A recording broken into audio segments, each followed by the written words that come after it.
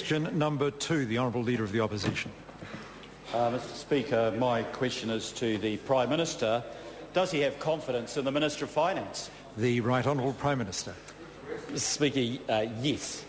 Because despite the global financial crisis, the Canterbury earthquakes and the very uncertain global environment, he's done a great job to put New Zealand on a credible path back to surplus. The Honourable Leader of the Opposition. Question, Mr Speaker. Why did the Minister of Finance do nothing when he became aware that hundreds of millions of dollars in taxpayers' money were being put at risk as depositors poured money into risky finance companies as a result of the government guarantee? The Right Honourable Prime Minister.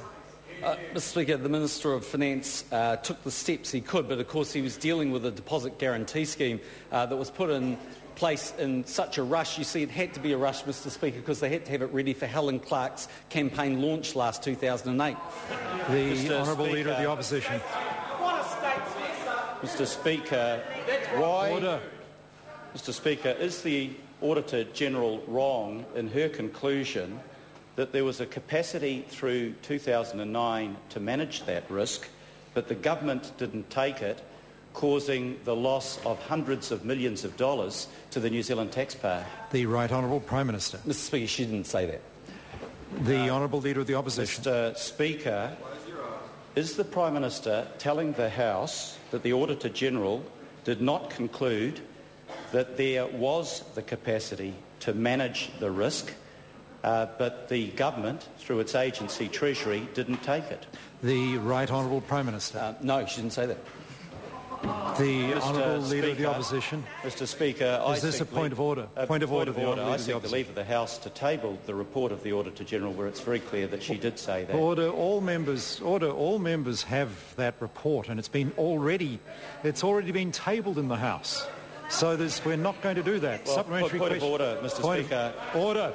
A point of order has been called. Order. We have another dilemma where both the Auditor-General said that in the report and was reported as saying that. I can't demonstrate The member is tabling. in his seat. There are plenty of opportunities for these matters to be examined by anyone the member wants to examine them, but the rules of this House during question time don't permit it to be examined that way. And the Prime Minister on record, what he's just said, the report's available to all members. People are perfectly at liberty to see it, but we don't waste the time of the House tabling it.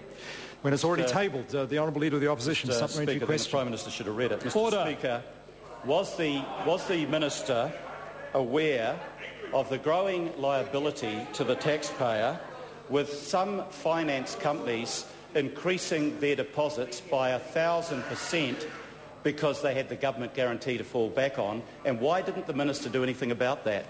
The Right Honourable Prime Minister. Well, Mr Speaker, of course the Minister was aware of that, and that's because the way the scheme was set up by Labor to rush it through for Helen Clark's campaign launch, and actually, I remember it really well, Trevor, because John Armstrong wrote it up in the paper the day after the launch to say how clever Labor were. Well, Labor weren't that clever because they cost the country a lot of money. The Honourable Leader of the Opposition.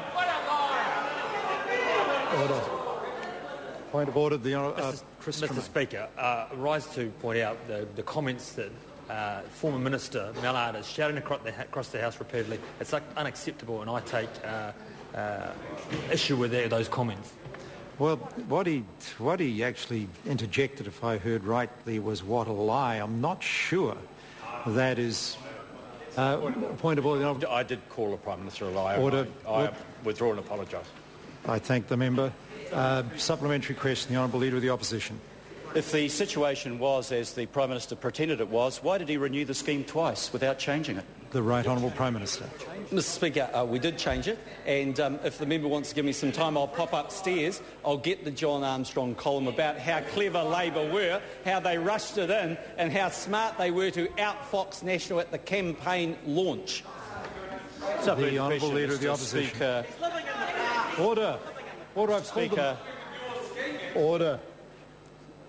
Now, the interjection started on my left here when I'd called the member's leader to ask a further supplementary question. I'd ask both front benches, please, to be reasonable. The Honourable Leader of the Opposition. Mr Speaker, why did the Prime Minister claim that the net cost to the taxpayer of the collapse of South Canterbury Finance would be $400 million when the man sitting alongside him, the Finance Minister, admitted that it would be 3 times that amount, $1.2 billion. The Right Honourable Prime Minister. Mr Speaker, it was at the time I made that statement, that was the belief of the officials who were advising me. Obviously at the time they were very concerned that Labor had ensured that the New Zealand taxpayer had to wear such a large amount, but as they said, it was all rushed and put together for the campaign launch of Helen Clark in the election of 2008. The Honourable Leader of the Opposition. Question. If the Minister of Finance and Treasury had acted as the Auditor-General suggested, how many hundreds of millions of dollars of taxpayers' money could have been saved? The Right Honourable Prime Minister. Mr Speaker, none, and the reason for that, of course, is because the scheme was put together. You see, Labor want to reinvent history. That's right. But unfortunately, we've all got the newspapers. We've got the story from John Armstrong about how clever they were. I remember picking up the paper on the Monday morning, reading all about how clever Labor were, how they'd outfoxed National. Actually, I didn't believe John Armstrong at the time, but that's where it was in the paper. You see, Trevor, you rushed it through for political reasons, and taxpayers... Order.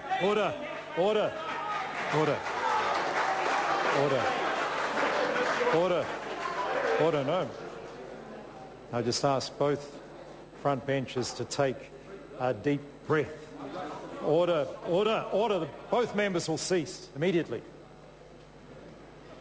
And the Right Honourable Prime Minister should be reminded the Speaker did not rush anything through prior to the last election, because you is referring to the Speaker, and both members will please take a deep breath and bring the House back to order. The Honourable David Parker, supplementary question. Does the Prime Minister understand that if a bank offers a guarantee, the bank does not have to agree to an extension of lending and liability under that guarantee? And if the Prime Minister does understand that, why can he not explain to the House why the Crown could not stop lending additional by the likes of South Canterbury Finance to stop that liability growing, where the Crown was the guarantee rather than a bank being a guarantor? The Right Honourable Prime Minister. Because that was the way the scheme was set up by Labor as they rushed it through for their campaign launch in 2008, because the photo op counted for more than the quality of the scheme.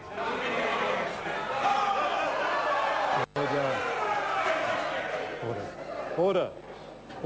Now, a member resume his seat for the moment, please. Now, look, I say on this occasion, the National Party backbench, they heard a point of order called and made a lot of noise, and they know that's out of order. And I'd ask them, please, to treat the House with a little more respect. I understand the Honourable David Parker has a point of order.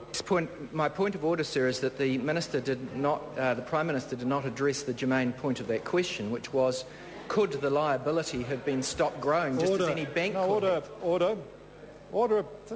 The Leader of the House knows he shouldn't interject on a point of order. And the Prime Minister did answer a question, because the Prime Minister answer, rightly or wrongly, and it's not my job to judge, was that the design of the scheme prevented the government from taking that course of action. Supplementary question, the Honourable Trevor Mallard.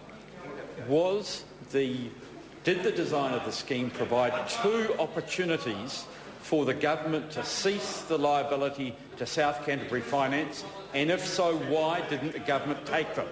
The Right Honourable Prime Minister.